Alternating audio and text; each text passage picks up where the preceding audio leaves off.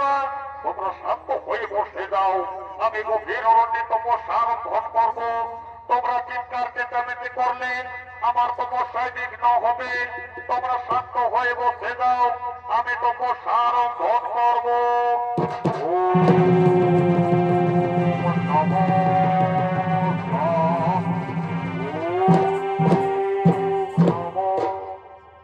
এদিকে শ্রমিক মনে তারা শ্রমে ধ্যানে মগ্ন হলে, আরো পর থেকে একদিন রাজন পরীক্ষিত তার হস্তিনাপুর রাজ্য পরিক্রমা করার সময় এক স্বর্ণমুকুট দেখতে পায়। তাই মাননীয় দর্শকমণ্ডলী, সেই স্বর্ণমুকুট ছিল রাজা জরাসিংহের।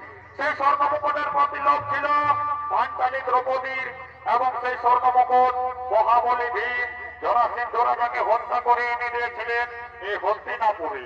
তাই একটি রাজন পরিক্রমা করতে করতে সেই স্বর্ণমুকুট দেখে সে উত্তরসূরি এবং নিজের পূর্বপুরী রাজনীর ভেবে থাকে, তাই সে পরিধান করে।